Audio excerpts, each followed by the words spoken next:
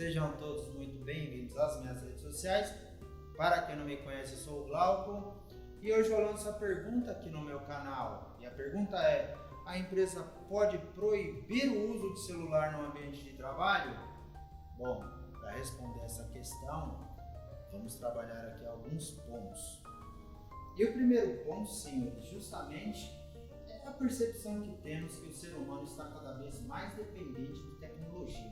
Então, assim, o celular é só a ponta do iceberg daquela verdadeira prisão em algumas situações de que estamos adeptos cada vez mais aos sistemas informáticos. Então, o celular ele só representa aquilo que, na verdade, se tornou, no mais das vezes, um vício. Se transformou ali em algo em que a gente tem que estar olhando o tempo todo, estar coeso. E ali a gente sabe, comumente, a gente usa o celular para as mais diversas atividades do nosso dia a dia. A gente usa o celular para se comunicar, a gente usa o celular para falar com os nossos familiares, a gente usa o celular para fazer negócio, a gente usa o celular para serviços bancários, a gente utiliza o celular para namorar, para fazer tantas coisas. Então, assim, o celular é um meio na qual o ser humano não está mais livre. E é claro que quando pensamos no celular e pensamos no universo da tecnologia que está por trás do celular, a gente não tem que perder o foco do que é a empresa. O que se constitui a empresa? A empresa se constitui naquela situação organizacional que vai trabalhar, se estruturar para ter lucro, por evidente, e ter aquele colaborador, aquele funcionário que vai ali naquela atividade tirar o seu proveito, tirar o seu ganha-pão e também trazer o retorno esperado para a empresa. E a empresa, óbvio, e sempre foi assim, buscou colaboradores ativos. Isso não é de hoje. Hoje estamos num discurso do soft power. Hoje é um discurso mais horizontalizado das relações de trabalho, com palavras eufemísticas, Eu, por exemplo, uso muito colaborador, mas lá atrás, no modelo sólido social do capitalismo, onde não tínhamos a relevância do capital intelectual e das informações como meio de troca e a informação como meio e instrumento para gerar capital. E dentro desse cenário entra o mercado especulativo. Então, assim, o discurso vai longe. É importante sabermos ainda, e na legislação de 1943, o que é o empregador. E aqui eu trago a leitura do que é o conceito do empregador lá atrás, ainda na CLT, quando ela foi promulgada. Considera-se empregador a empresa individual ou coletiva que, assumindo os riscos da atividade econômica, admite, assalaria e dirige a prestação pessoal de serviço. Eu friso esse ponto do empregador porque é ele quem vai dirigir a atividade econômica. Então, quando eu penso que o empregador ele vai dirigir a atividade econômica, ele, não ofendendo nem a moral e os bons costumes, ele pode usar de todo um instrumento válido, legal, para gerir de forma dinâmica as suas atividades, numa maior eficiência e eficácia na medida do possível. E para gerir essa atividade, é claro que no momento da contratação com o seu colaborador, ele tem que deixar claro se ele vai proibir ou não a utilização do celular. Senhores, tem atividades que, por sua natureza específica e própria, não é possível a utilização de um celular. Vamos colocar aqui um exemplo muito simples: um motorista de caminhão, um motorista de ônibus. Imagina um motorista de coletivo usando o celular enquanto dirige o ônibus, num horário de pico, num trânsito ali horrível. Ele vai poder mexer no celular? Óbvio que não. Num procedimento cirúrgico, médico cirurgião, numa cirurgia extremamente delicada ali, com procedimentos precisos, ele vai parar o atendimento, aquela cirurgia que tem que ser feita naquele hiato de segundo para olhar o celular? Evidente que não. É claro que, como eu fiz menção na introdução deste vídeo, a sociedade está cada vez mais dependente. Não é à toa que Zygmunt Bauman, um dos maiores sociólogos que já existiu, ele escreveu o livro 44 Cartas do Mundo Líquido Moderno, que eu vou ler um trechinho, e esse livro ele foi publicado em 2011.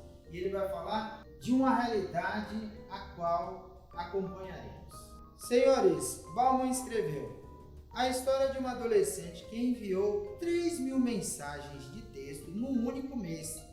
Isso significa que ela mandou uma média de 100 mensagens por dia, ou cerca de uma mensagem a cada 10 minutos do tempo em que esteve acordada. Manhã, tarde e noite.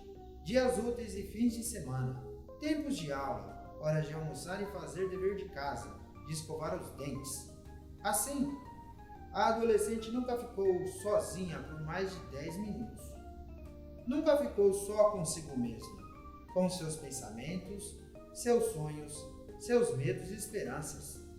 A essa altura, ela deve ter se esquecido de como a pessoa vive, pensa, faz coisas, ri ou chora na companhia de si mesma, sem a presença dos outros.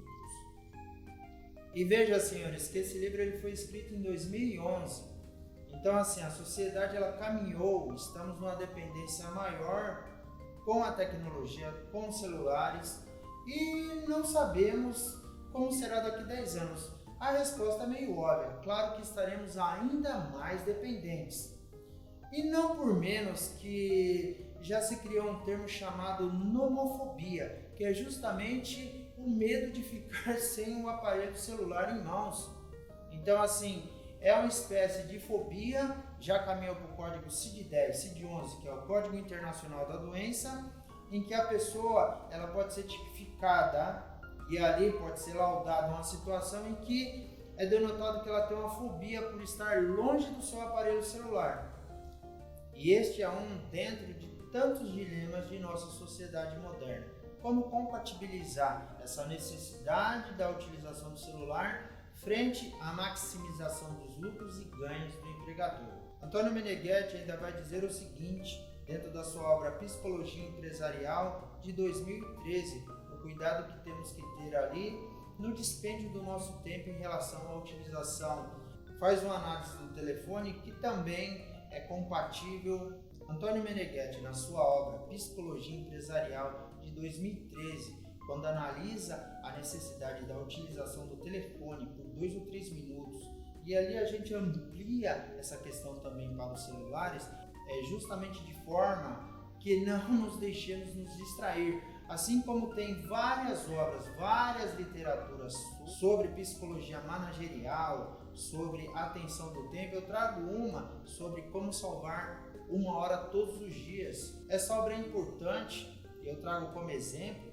É claro que existem várias literaturas sobre o tema falando como a gente retoma a nossa atenção, como a gente tem que ter o cuidado, porque não mais das vezes o celular é uma forma de distração, tira o nosso foco daquilo que a gente deve fazer.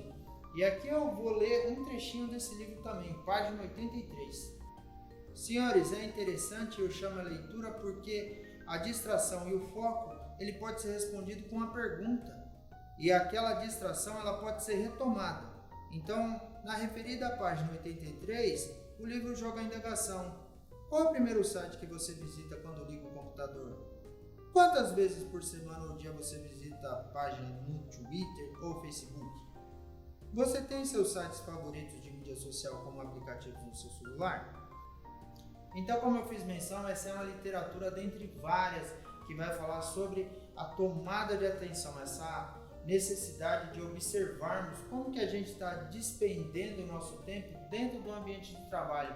Eu digo isso para não ter problema com o empregador, porque assim, em situações em que o empregado, o colaborador, ele tem uma certa liberdade dentro do seu ambiente de trabalho, ele tem uma condição maior de poder diretivo, ele não vai ali para um empregado de médio ou alto nível, de uma situação mais gerencial, proibir o uso do celular.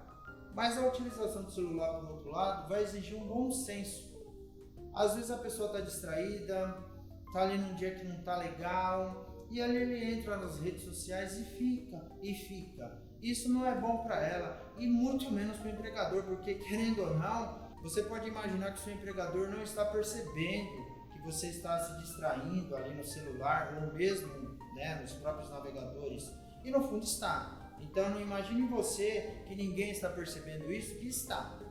Então é bom tomar cuidado. Então, assim, a pessoa pode se arrogar o direito de querer usar seu aparelho celular, mas quando há uma limitação dentro do ambiente de trabalho, é necessário observar. Eu digo isso porque eu vou ler um julgado aqui, como eu falei, uma corrente majoritária, em que o tribunal, e é um entendimento consolidado das Cortes Superiores de Justiça, que impede a utilização do aparelho celular, justamente embasado no artigo 2º da CLT, dentro do poder diretivo do empregador. E ali, claro, frisando, desde que o empregador ele deixe claro no momento da contratação que existe uma proibição.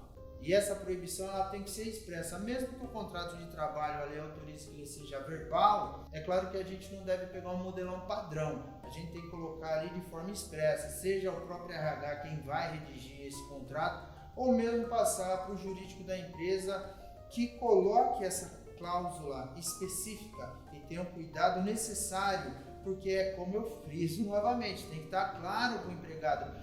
E como eu fiz menção, em certos setores ou funções específicas desse colaborador. Então, assim, proibir o celular justamente por um capricho da empresa, pelo bel prazer de proibir, vai criar uma animosidade muito grande entre os níveis hierárquicos. E eu vou ler esse julgado, que esse julgado ele traz uma situação em que o colaborador ele teve a proibição do uso do celular dentro do ambiente de trabalho e ele pediu dano moral. E o que o tribunal disse? Senhores, o tribunal disse o seguinte: na hipótese, a proibição ao uso do aparelho celular durante o expediente não importou em prática de conduta antijurídica pela empregadora, que apenas exerceu seu poder diretivo. E olha, falando novamente do poder diretivo, artigo 2º da CLT. Continuando, dentro dos limites da razoabilidade, não ferindo o moral e os bons costumes. E teve outra decisão também, na qual o tribunal disse o seguinte: registre-se que a proibição ao uso do aparelho celular no ambiente de trabalho está inserida no poder diretivo do empregador, visando a produtividade e a segurança dos empregados. Conforme o exemplo que eu trouxe relativo a esse julgado, imagine que esse colaborador está trabalhando com um equipamento extremamente caro ou perigoso. E ele ali se distrai e acontece algo terrível. A empresa vai ter que, no fim das contas, se responsabilizar. Não é à toa que ela coloca essa vedação justamente para que o pior não aconteça. Senhores, eu agradeço quem me acompanhou até o final deste vídeo e nos veremos num próximo tema em análise, estudo e debate. Um abraço e até lá!